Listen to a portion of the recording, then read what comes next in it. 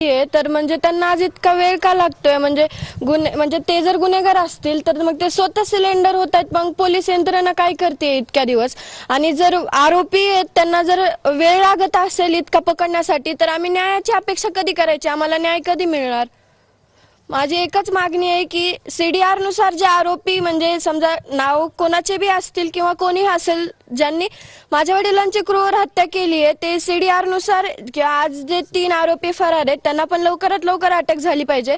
आणि सीडीआर नुसार जे आणखी आरोपी निघतील त्यांना पण तुम्ही लवकरात लवकर अटक करा आणि पुढील तुमची कारवाई आहे ती चालू करा आणि लवकरात लवकर माझ्या वडिलांना आम्हाला न्याय मिळवून द्या, एवढीच अपेक्षा करते. आता खंडणी प्रकरणामध्ये वाल्मिकी कराड आरोपी आहेत आणि ते खंडणी प्रकरणासाठी सरेंडर झालेले आहेत, पण हत्येशी त्यांचा अजून संबंध नाही असं ते स्वतः म्हणतायत.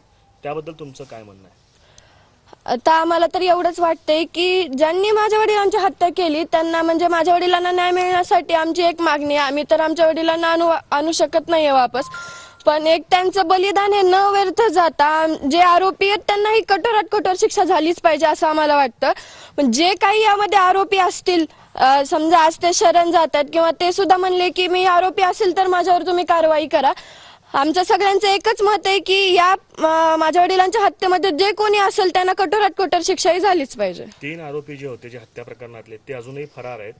त्यांच्या बाबतीत अजून कुठलीही माहिती आली म्हणजे शरण गेले किंवा कुठं अटक झाली अशी माहिती अजून नाही. ते अजूनही फरारच आहेत.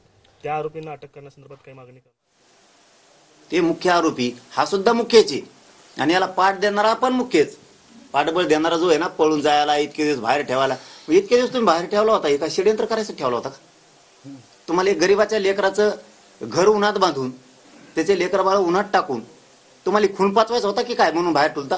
तो प्रतिक्रिया देतोच कस काय? एक लेकरू मारून टाकलं तुम्ही, प्रतिक्रिया कस काय देतो तू? असं म्हण नाही, नामकं नाही, तमका नाही. हे एक याच्यात कुणीच वाचत नाही. ती याच्यात हे कोणीच वाचत नाहीत ना. कोणचा मंत्री वाचतो ना, त्याच्यात मंत्री वाचतो ना, आमदार वाचतो ना, खासदार वाचतो, कोणी वाचत नाही याच्यात. हे सगळे एकमेकाशी बोललेले आहेत. यांचे तसे कॉल डिटेल आहेत, हे एकमेकाला बोललेले आहेत.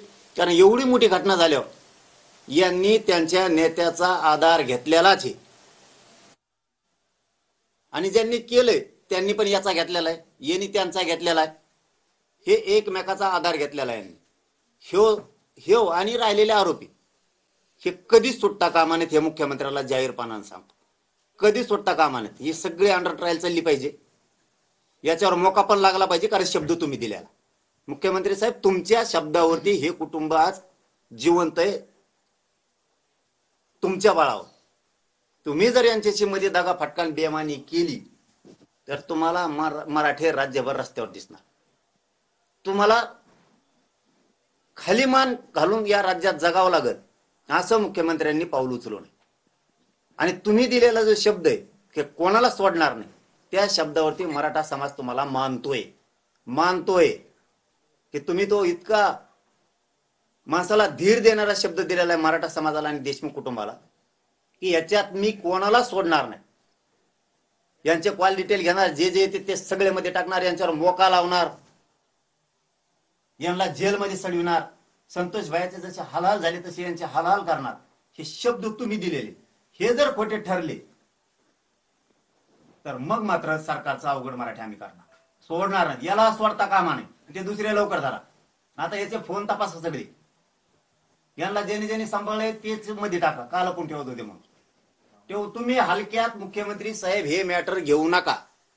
तुम्ही खून पाचवायचा प्रयत्न करू नका, मॅटर दाबायचा प्रयत्न करू नका आणि होऊ पण देऊ नका. आणि तुम्ही होऊ देणार नाहीत ही आम्हाला आशा पण आहे. जर तसं आम्हाला शंका आली, आम्ही राज्य बंद पाडलंच. राजकीय द्वेषातून माझं नाव याच्यामध्ये गोवलं जाते, अशा पद्धतीची प्रतिक्रिया सुद्धा वाल्मिक कराड यांनी दिली. काय संबंध आहे? काय संबंध आहे? पैसे लागत आहेत, सगळ्या दुनियाचा खायला जमत गु, लोकांचे लेकर मारून टाकायला जमतेत. याच्यात लय मोठे आणखीन याच्यात लय मोठे. कारण ही शंका काय यायला लागली त्याचं कारण सांगतो तुम्हाला. काल परवापासून ओबीसीचे न बोलणारे नेते बोलायला लागले. बघा पालकुलं कुठं चुकली. कारण हे नेते आजपर्यंत संतोष भाई देशमुखांच्या दुःखात सहभागी होते. असं खून कधीच होऊ नये, ओबीसीचे नेते हळहळ करीत होते. अशी एकाएकीच ओबीसीचे नेते कसं काय म्हणायला लागले, मंत्र्याला टार्गेट करायला लागले, आमके करायला, बहुतेक मंत्री म्हणलाय